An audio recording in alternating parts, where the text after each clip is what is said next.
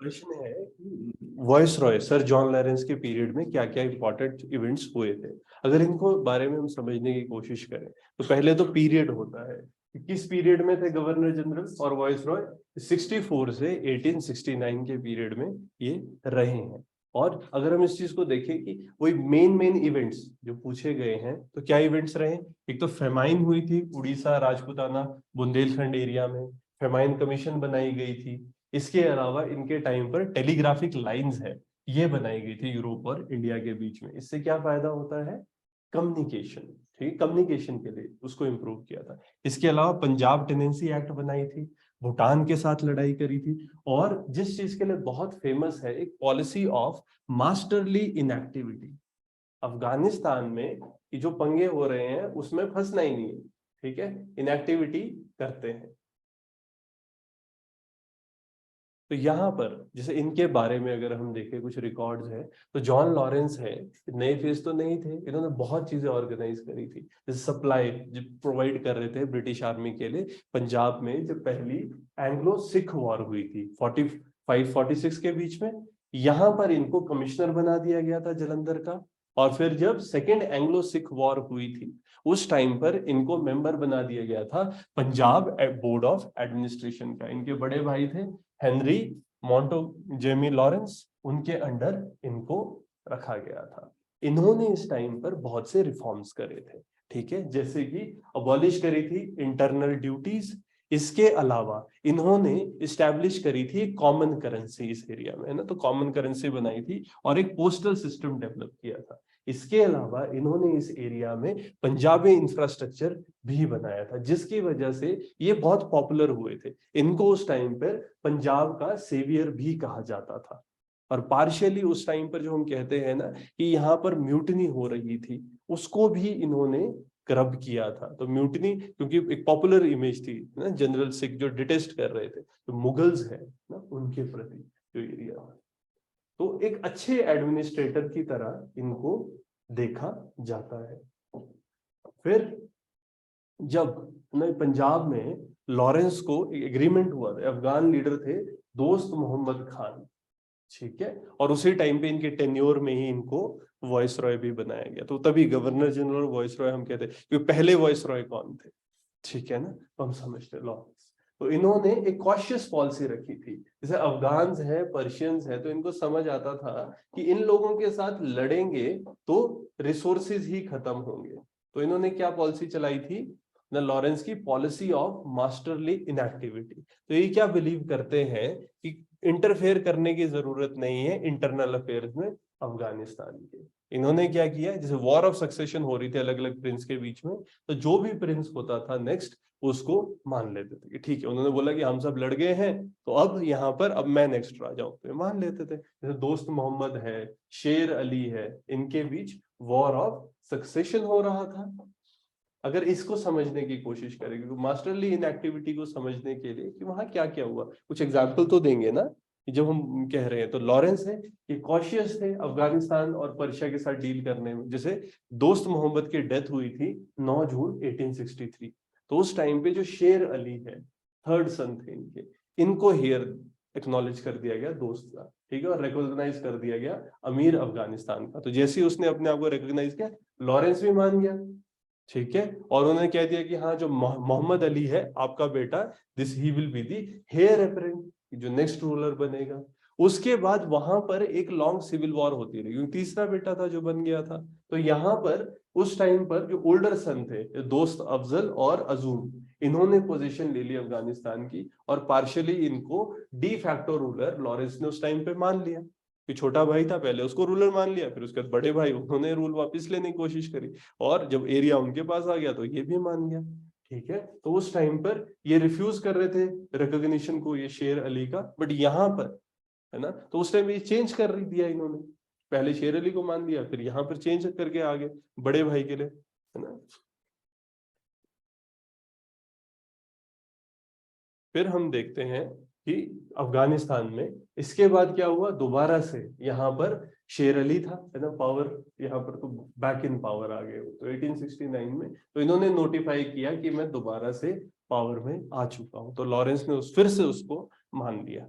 तो लॉरेंस की पॉलिसी क्या थी कि we will leave the Afghans to settle their own quarrels and we are willing to be on terms with amity and goodwill with the nation and their rulers de facto. जो भी वहां पर ruler होगा उस ruler के साथ हम अपने रिलेशनशिप ठीक रखेंगे, जो उनकी आपसी लड़ाइयां हैं उसमें हम इंटरफेयर नहीं करेंगे। हिंदुस्तान में करी, हिंदुस्तान में कर रहे थे, है ना, पर वहां उनको ये पता था कि अगर उसके साथ इन्वॉल्व होंगे तो फिर वो अपने लिए एक प्रॉब्लम क्रिएट हो सकती है।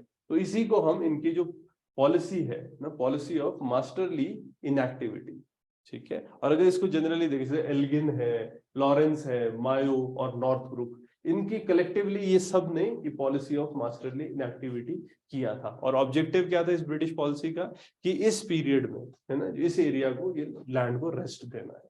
और इसके बाद लिटन है, लिटन की कौन सी पॉलिसी थी?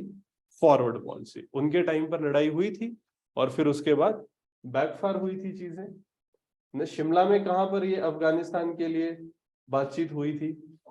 ऑकलैंड हाउस ना, ऑकलैंड हाउस में बातें चली थी। फिर भूटान वॉर, तो 1864-65 में भूटान वॉर है, तो इनका टेन्योर रहेगा। तो यहाँ क्या है, ब्रिटिश ने स्टैब्लिश करे थे रिलेशनशिप 1826 में, और ब्रिटिश चाहते थे कि जो हिली रूट्स थे भूटान के ना, ट्रेडिंग के लिए, ये तो ना ये वहां से रेड कर रहे थे बंगाल और असम को इस रूट से, और ये चाहते थे कि ट्रेड रूट्स में ब्रिटिशर्स अपना कंट्रोल चाहते थे। इसीलिए एल्गिन है, एल्गिन ने एशली को भेजा, लेकिन जो भूटानीज फोर्सेस थी उनके साथ इनको एक ह्यूमिलिएटिंग ट्रीटी साइन करनी पड़ी, और अपने कुछ एरिया जो द्वार वाले एरियाज थे ये भी भूटान को इनको सरेंडर करने पड़े थे। तो इनिशियली चाह तो ये रहे थे कि, है ना, एरिया ट्रेड के लिए इनके पास आ जाए, लेकिन बैकफायर हुआ था। फिर उसके जब ब्रिटिश गवर्नमेंट को ये बात पता चली थी तो उन्होंने इमीडिएटली फिर से ये रिप्यूडिएट करेंगे, फाइट करेंगे उनके साथ। तो ट्रीटी को, है ना, रिप्यूडिएट करने के लिए इन्होंने आर्मी भेजी भूटान के अगेंस्ट।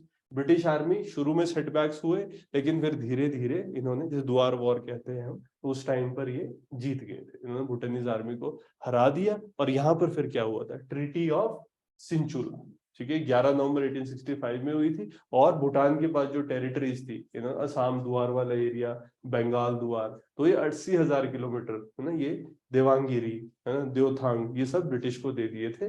और एक एनुअल सब्सिडी यहाँ पर 1.5 लाख रुपए देनी शुरू कर दी थी, ठीक है। तो ये इनके टेन्योर में एक मेजर, है ना, विन की तरह देखा जा सकता है।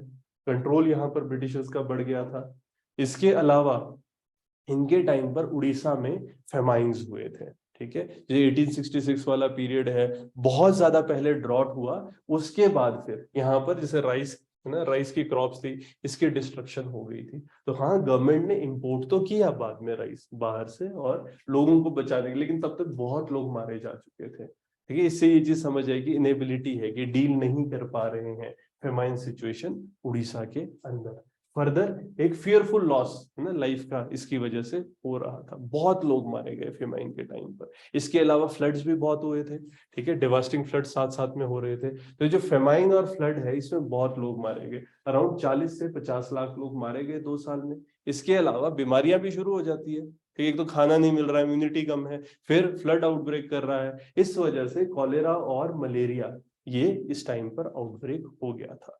साथ में यहाँ पर फेमाइन, ये बुंदेलखंड और राजपुताना इन एरियाज में भी हुई थी, और एक फेमाइन कमीशन बनाई गई थी हेनरी कैम्पबेल के अंडर, ठीक है। तो इस इनके पीरियड में हेनरी कैम्पबेल के अंडर इन्होंने फेमाइन कमीशन बनाई गई थी, और एक एम्फेसिस इन्होंने किया था कि इंफ्रास्ट्रक्चर बनाएंगे ताकि जो भी रिलीफ है। अभी इशू क्या हुआ था इस पीरियड में, ये चीज देखी गई थी कि जो रिलीफ था लोगों को समय पे नहीं मिल पाया। जान क्यों गई? क्योंकि खाना, चावल टाइम पे लोगों तक नहीं पहुंच पाया था। इसके अलावा लॉरेंस के पीरियड में क्या क्या चीजें हुई थी, एक ये हम कहते हैं सबमरीन टेलीग्राफी सिस्टम, इसको शुरू किया गया था 1865 में इंडिया और यूरोप के बीच में, पर्शियन गल्फ के थ्रू यहाँ पर, है ना, लाइंस बिछाई गई थी। और इसके अलावा पंजाब और अवध टेनेंसी एक्ट, इसको पास किया गया था 1868 में। और जो जॉन लॉरेंस जनवरी में उन्हें रिटायर कर गए थे, और इनके बाद फिर मायो है, मायो आए थे 1869, तो मायो ने सक्सीड किया था लॉरेंस। तो रिपन, लिटिल, कर्जन, ये सब क्या है, ये काफी फेमस होते हैं कि इनके पीरियड में क्या हुआ है। बट ऑब्वियसली ये भी आपका नाम क्यों ध्यान ज्यादा रहता है, वो इनकी वॉइसरॉय और गवर्नर जनरल का शिफ्ट हुआ था। पहले गवर्नर जनरल कौन थे, ये चीज तो हम समझ जाते हैं ना झट से, तो पीरियड अगर एक बार समझ आ जाए, फिर उसके आसपास देखो कि उस पीरियड में क्या क्या चीजें हुई थी, उससे आप एक आंसर डेवलप कर सकते हैं। ठीक है, अगर तो ठीक है सारा पता है तो ठीक है, अदरवाइज फिर पीरियड पे फोकस करो, कुछ ना कुछ तो ध्यान आ ही जाएगा ना। जो भी इवेंट इंडिया में हो रहा होगा वो इनसे कनेक्ट करेगा। तो हाँ, अगर आपको क्लियर है कि इसके बाद मायो आए थे, तो मायो के पीरियड में क्या क्या हुआ था, तो कहीं ना कहीं वो यहाँ पर भी जेनेसिस हुआ होगा कुछ चीजों का, या किसी चीज की रेपरकशन उसके पीरियड में आई होगी। अगर समझ ना आ रहा हो तो इस तरीके से सोच के आंसर किया जा सकता है। ठीक है, इनसे पहले कौन थे, उनके पीरियड में क्या था, है ना, फिर उससे यहाँ क्या इम्पैक्ट पड़ा होगा, ऐसे भी एक दो पॉइंट बन जाते हैं। ठीक है, बाकी 4 मार्कर आया था तो इजीली हो जाता है एड्रेस।